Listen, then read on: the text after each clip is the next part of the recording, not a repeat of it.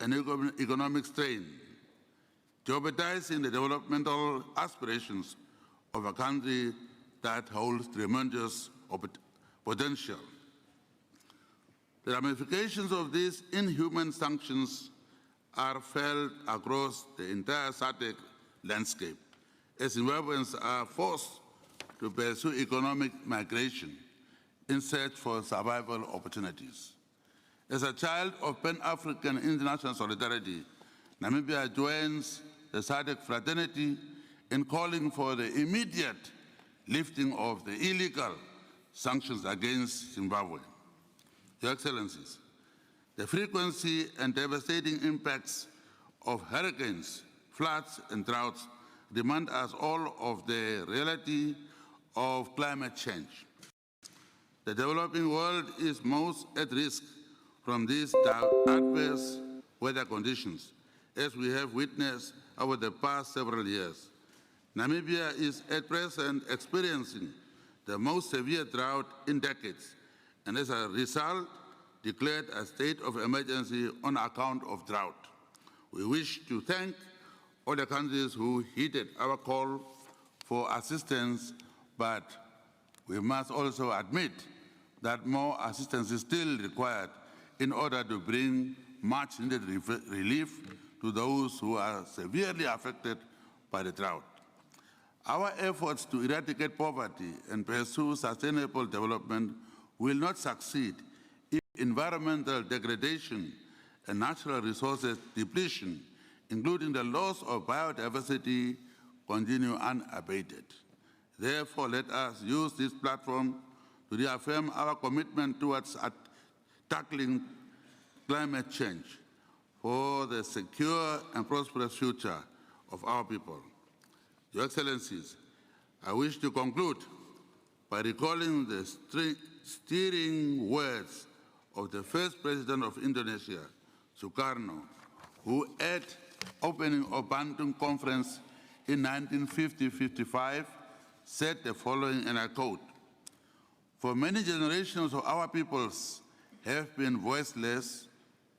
For many generations, our peoples have been the voiceless ones in the world. We have been the unregarded, the peoples for whom decisions were made by others whose interests were paramount, the peoples who lived in poverty and in humiliation. Then our nations demanded, nay, fought for independence and achieved independence. And with that independence came responsibility. We have heavy responsibilities to ourselves and to the world and to the yet unborn generations," unquote. Our nations have come a long way since days of our struggle for liberation. We are no longer voiceless. We are no longer the unregarded. We are free and sovereign people, united in solidarity and driven by a common cause to improve the lives of all human beings. We are our own liberators, masters of our own destinies. Through the non-aligned movement, we have a platform at which we can speak with one voice, united in purpose and holding hands to safeguard the interests of our people today and for many years to come. Let us therefore revive our movement and move forward towards global peace, renewed solidarity, and shared prosperity. I thank you.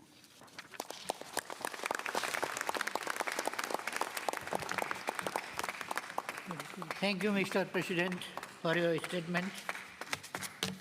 Now I invite Mr. Obiang Nguema Bashogo, the President of Equatorial Guinea, to deliver his statement. Su Excelencia, His Excellency Ilham Aliyev, President of the Republic of Azerbaijan, Excellencies, Heads of State and Government, distinguished delegates, ladies and gentlemen. Before anything else, I'd like to just express our very sincere gratitude to the government and people of Azerbaijan for the very warm welcome that we've all experienced since we arrived at this very welcoming city, in this very welcoming city of Baku, which is currently the scientific and cultural centre, also the industrial centre of Azerbaijan. We would like to congratulate His Excellency Ilham Aliyev, President of the Republic of Azerbaijan, for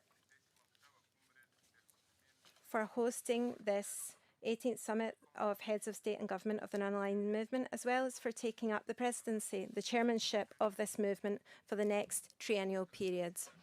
We would also like to congratulate, by the same token, the work that has been undertaken by his predecessor, His Excellency Nicolás Maduro Moros, the constitutional president of the Bolivarian Republic of Venezuela. Excellencies, heads of states, heads of delegations, we're here together under the motto that we have to uphold the Bandung principles to ensure concerted and adequate responses to the challenges of the contemporary world, guided by these Bandung principles. And we have to really start off a debate based on the main challenges that we're up against as an international community, with the objective of adopting a common strategy that helps us to define the general structure that we should all follow as members of this movement, in keeping with its 10 principles as these were established in Bandung. Excellencies, times have changed, and today's world is fundamentally different from that which our founding fathers in this movement knew. We cannot ignore the changes and the new challenges that lie ahead of us. And that's why I congratulate you all on this idea of ratifying the Bandung principles in this conference, so as to be able to make sure that we are ensuring concerted and adequate responses to the challenges of our now contemporary world, respecting all the while the principles and objectives of our great movement. And this could be a very constructive contribution that might actually resolve many international problems, such as the UN Security Council reform, an organ which is, as things stand today, completely obsolete, so that we can render it more democratic and fair.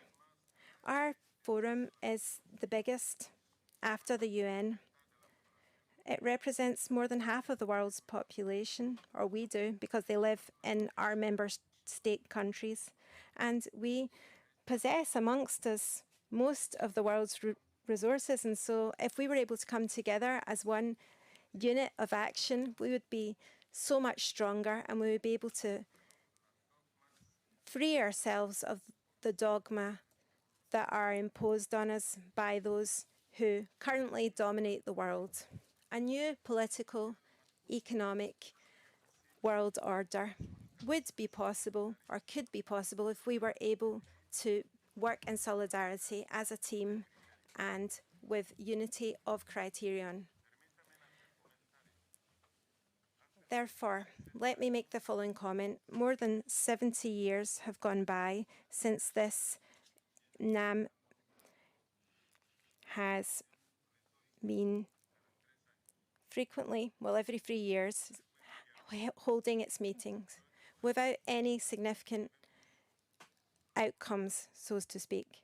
So I think that we need to reinforce, strengthen this, our movement, so that it really is able to leave a mark on the international domain. And we can leave our mark and sow our tissue as the non-aligned movement, upholding those principles that we can take from elsewhere and add to our movement. And this could be more beneficial for the defence of our interests. And this conviction is also present in our declarations as non-permanent members of the UN Security Council, we can see that the spirit that emanates from the Bandung Principles inspires us, and it also guides us as the basis for our foreign policy. The resolution 2457 of as regards weapons in Africa, the Security Council, and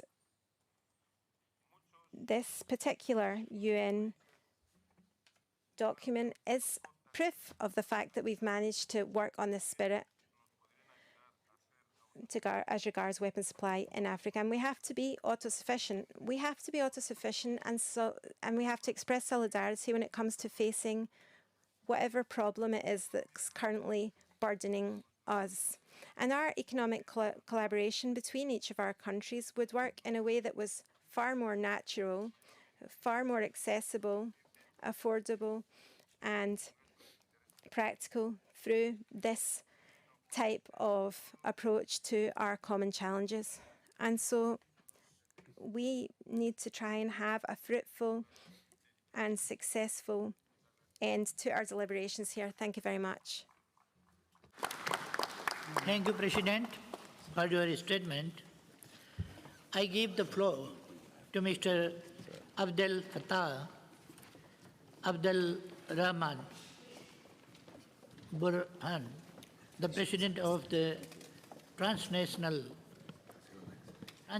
Sovereign Council of Sudan. Thank you in the name of God, most merciful. Mr. Ilham Aliyev, President of the Republic of Azerbaijan, ladies and gentlemen, dear presidents, dear colleagues, dear heads of states, dear heads of governments, excellencies, ministers, ladies and gentlemen, dear delegations, may God's mercy and peace be upon you.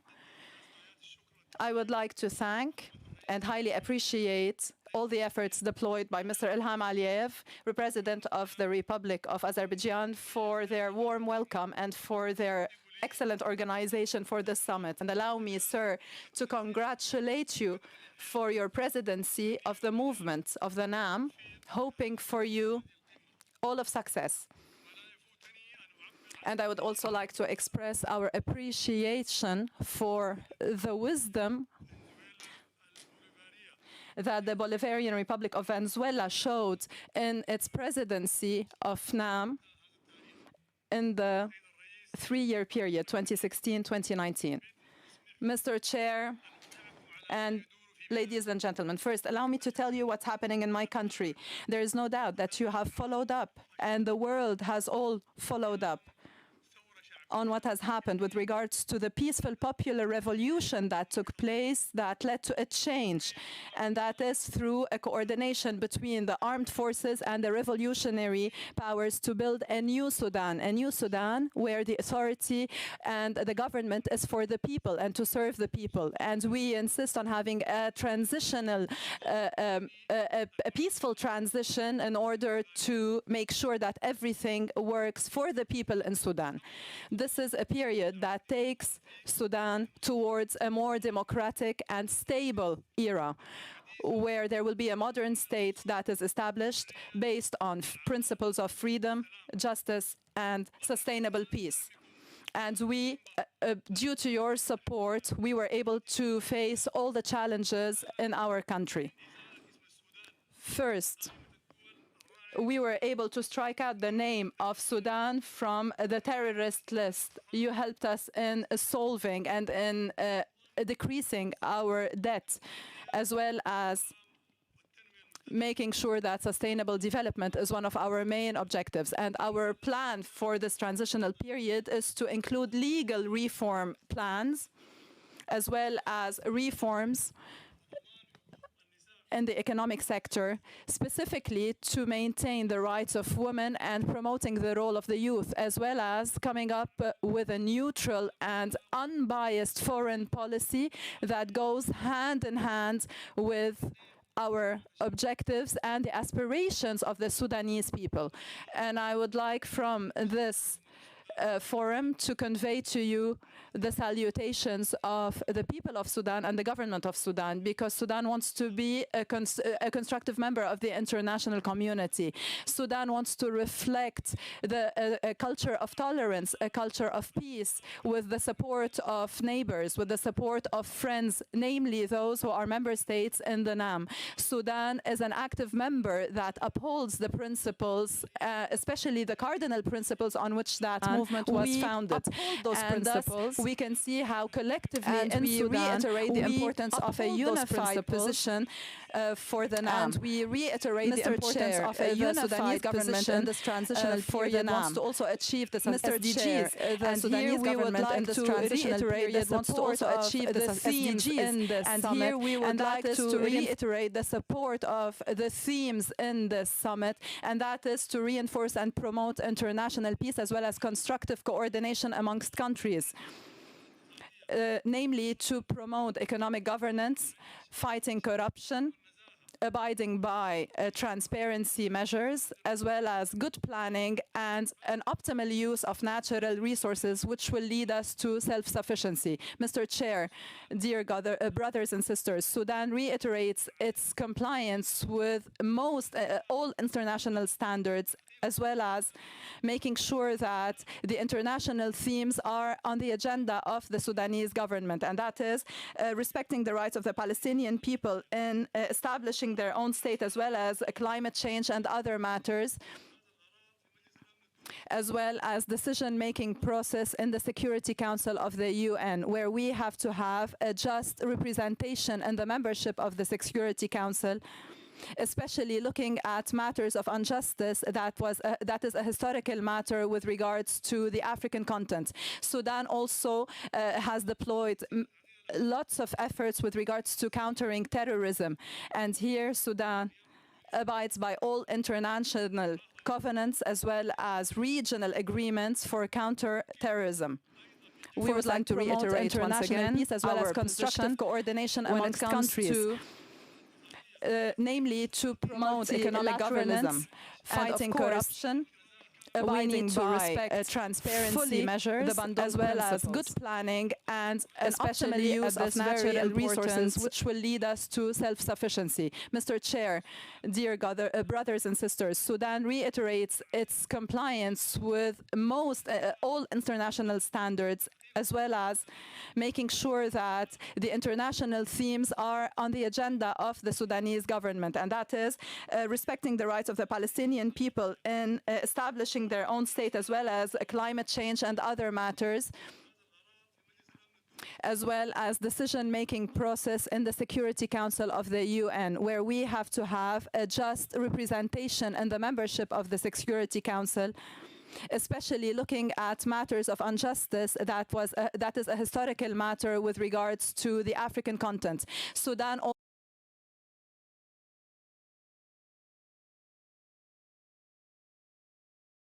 forward to working with you to ensure that the movement remains effective and true to its founding principles. We also thank you for your excellent arrangement and hospitality extended to our delegation. I would also like to felicitate the outgoing chair, the Bolivarian Republic of Venezuela, for its successful coordination of the activities of our movement over the last 3 years. The theme chosen for this summit, upholding Bandung principles to ensure concerted and adequate response to the challenges of the contemporary world, is very timely. As we mark the 65th anniversary of Bandung principles in 2020, and the 60th anniversary of the establishment of NAM in 2021, we must make and take this opportunity to introspect and reflect upon the NAM journey response and its to the achievements of the contemporary world, what concrete steps we can take to make this movement relevant and effective as it gears up to face the new challenges of the modern world. Mr. Chairman, historically, NAM has played an important role in promoting global peace and security, and in voicing the hopes and aspirations of nearly 2/3 of humanity. It has imparted political impetus and moral direction to many important